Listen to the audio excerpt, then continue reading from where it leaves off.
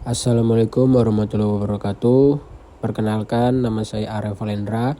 Jadi di sini saya ingin mempresentasikan hasil proyek kelompok kami, yaitu PT Gudang Garam.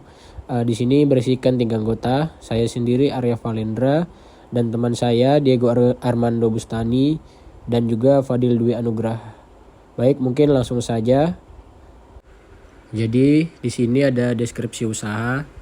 Di situ dijelaskan bahwa Gudang Garam adalah produsen rokok kretek terkemuka yang identik dengan Indonesia, yang merupakan salah satu sentra utama perdagangan rempah di dunia. Dengan total penduduk sebesar 270 juta jiwa, Indonesia merupakan salah satu pasar konsumen terbesar di dunia dengan presentasi perokok dewasa, yakini 66% laki-laki dewasa di Indonesia diperkirakan adalah perokok. Jadi Gudang Garam ini memiliki fasilitas produksi rokok kretek di 2 lokasi. Namun untuk sekarang Gudang Garam ini tidak hanya memproduksi rokok kretek, melainkan juga rokok filter.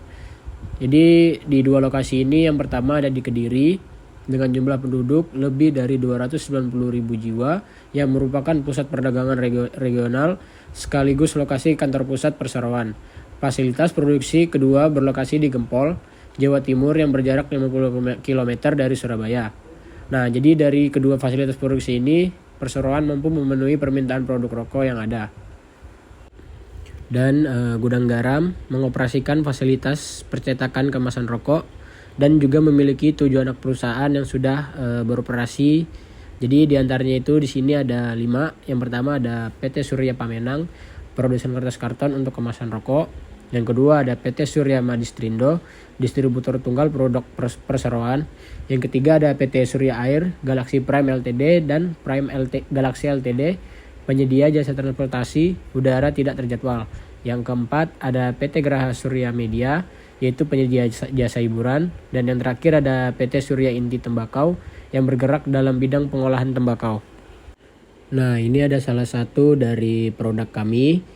Jadi di situ produk garam ini, Gudang Garam ini ditemukan dalam berbagai variasi.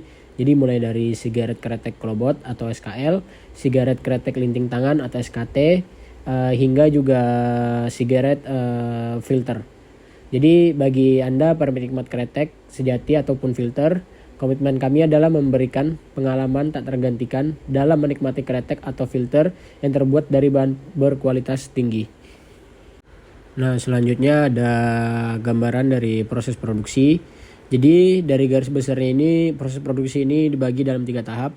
Jadi yang pertama ada praproduksi, yang kedua ada produksi, dan yang ketiga ada pengepakan. Jadi di dalam praproduksi ini setelah kita melalui proses seleksi yang ketat pada saat pembelian bahan baku utama yang telah diproses kemudian dicampur dengan saus hingga siap dibuat menjadi rokok. Jadi untuk produksinya itu, rokok ini dihasilkan jadi 3 jenis utama, yaitu klobot dan sigaret kretek tangan, serta filter sebagai hasil kreasi tangan wanita yang terampil dengan menggunakan alat giling dari kayu. Selanjutnya ada pengepakan. Jadi batangan-batangan rokok ini yang telah jadi membutuhkan beberapa lapis kemasan dengan berbagai ukuran sesuai jenis produk. Jadi isi keperluan distribusinya, fungsi pengemasan ini berguna untuk mempertahankan mutu rokok, juga untuk memberikan citra terhadap produk Gudang Garam.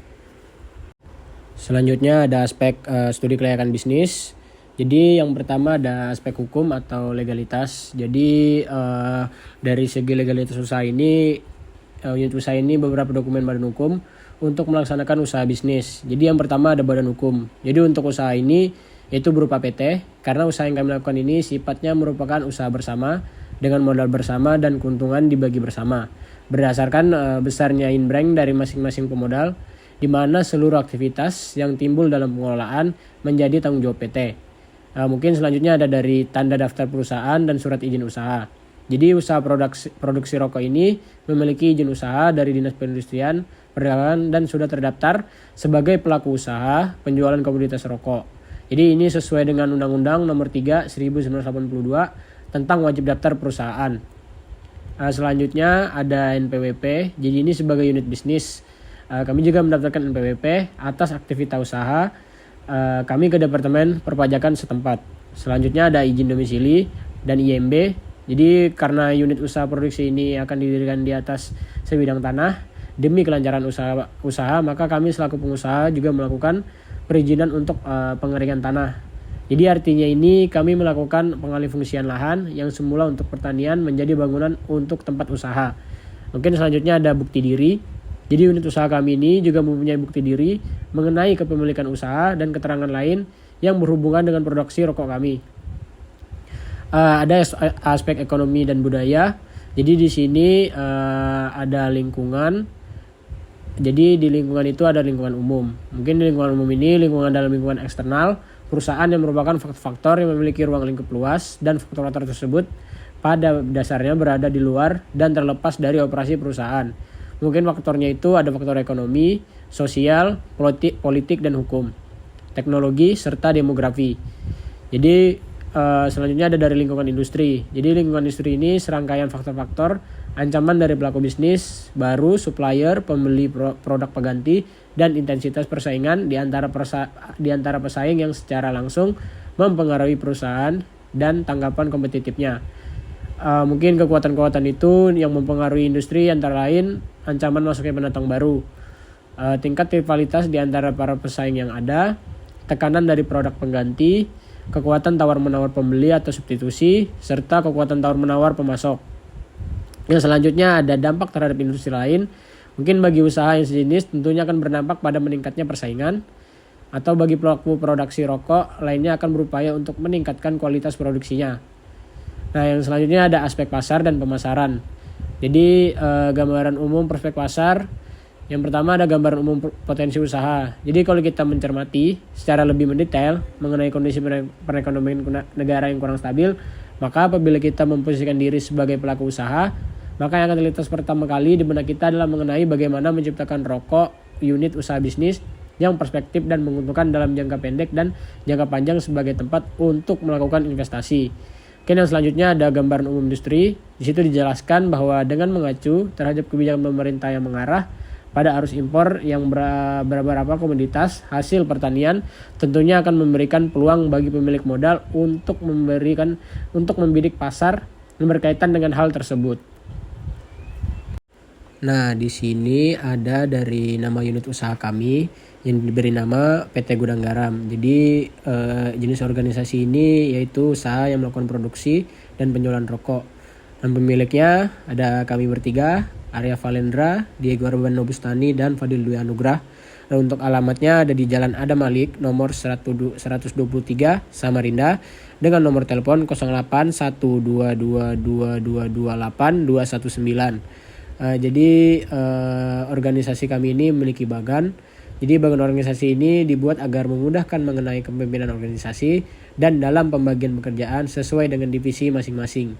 Dan untuk tingkat jabatannya ada pimpinan manajer, kepala bagian, dan karyawan. Jadi di sini ada personalia. Jadi kebutuhan tenaga kerja kami ini untuk menjalankan industri rokok membutuhkan kurang lebih 66 tenaga kerja dengan rincian sebagai berikut. Yang pertama ada direktur utama yaitu 1 orang, manajer 5 orang, staf kantor produksi ada 5 orang, staf administrasi 5 orang, staf pemasaran 10 orang, mandor 1, cleaning service 5 orang, bagian pengepakan ada 14 orang, dan bagian produksi ada 20 orang. Nah, selanjutnya ada biaya bahan baku dari rokok filter dan rokok kretek. Jadi yang pertama ada rokok filter. Jadi di sini bahan-bahannya ada tembakau, cengkeh, saus rahasia, dan gabus filter. Jadi untuk kuantitas tembakau di sini 1.500 dengan satuan kilogram. Harganya 90.000 dengan total biaya 135 juta. Jadi untuk keterangannya ini per bulan. Selanjutnya ada cengkeh dengan kuantitas 510 kg dengan harga 60.000 dan total biayanya 30.600.000 rupiah dengan keterangan per bulan. Selanjutnya ada saus rahasia, kuantitasnya 20 dengan satuannya liter dengan harga 58.000 yang total biayanya 1.160.000 per bulannya. Selanjutnya ada gabus filter dengan kuantitas 30.000 kg dengan harga 7.000 dengan total biaya 210 juta rupiah per bulannya dengan total 376.760.000 per bulan. Jadi selanjutnya ada rokok kretek. Jadi rokok kretek ini bahan-bahannya ada tembakau, cengkeh, dan saus rahasia dengan kuantitas tembakau 1.477 kg dengan harga Rp90.000 dengan total biaya Rp132.930.000 per bulannya. Untuk cengkeh kuantitasnya 490 kg dengan harga Rp60.000 dengan total biayanya Rp29.400.000 per bulannya.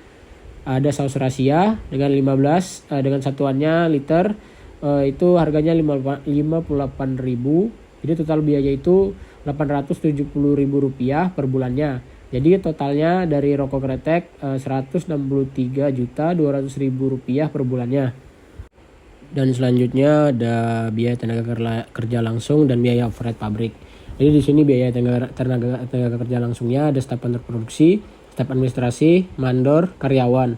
Jadi di sini jumlah pekerja untuk staf kantor produksi ada 5, staf administrasi 5, mandor 1, dan karyawan ada 100. Jadi jumlah hari kerjanya masing-masing 24 hari dengan upah per harinya untuk staf kantor produksi 200.000, staf administrasi 166.000, mandornya 250.000, karyawannya 160.000. Jadi untuk total upahnya staf kantor produksi ada 24 juta. Dan untuk staf administrasi ada Rp19.920.000, untuk mandor ada 6 juta, untuk karyawan ada Rp384 juta.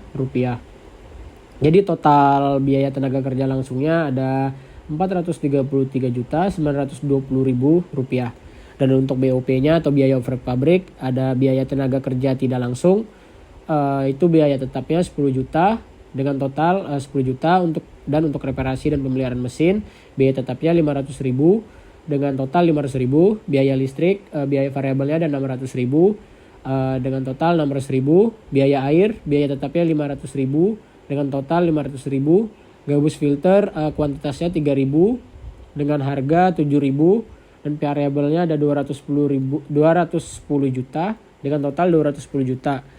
Dan untuk kertas kraftnya ada 615 kuantitasnya dengan harga Rp50.000 dengan variabelnya Rp30.750.000 dengan totalnya Rp30.750.000. Selanjutnya ada pita cukai, itu kuantitasnya 12.300 dengan harga Rp5.000, variabelnya Rp61.500.000 dan totalnya Rp61.500.000. Selanjutnya ada doslop dengan kuantitas 1.230 dengan harga Rp8.000 dan variabelnya Rp9.840.000 dan totalnya Rp9.840.000. Dan selanjutnya ada OPP dengan kuantitas 246.000 dengan harga Rp7.000. Jadi total variabelnya ada Rp1.722 juta dengan totalnya Rp1.722 juta. Dan untuk total BOP-nya yang untuk tetapnya ada 11 juta dan untuk variabelnya ada Rp2.034.690.000 dan untuk totalnya ada Rp2.045.690.000. Dan selanjutnya ada biaya operasi. Jadi di sini dibagi menjadi dua, yaitu biaya umum administrasi dan biaya penjualan. Jadi di situ tertera untuk total biaya umum dan administrasinya ada Rp4.383.335.135. Dan untuk biaya penjualan termasuk beban pengangkutan, beban ekspor, dan beban iklan dan promosi dengan totalnya Rp2.810.000.000. Jadi untuk total biaya operasinya ada Rp7.193.335.135. Dan selanjutnya ini ada laporan laba rugi dari PT Gudang Garam. Jadi di situ sudah dijabarkan mulai dari penjualan bersih, harga pokok penjualan, dan beban-beban administrasi serta beban-beban penjualan, dan kalkulasi dari laba sebelum pajak dan setelah jumlah beban pajak serta dengan ending laba bersihnya. Di situ sudah tercantum.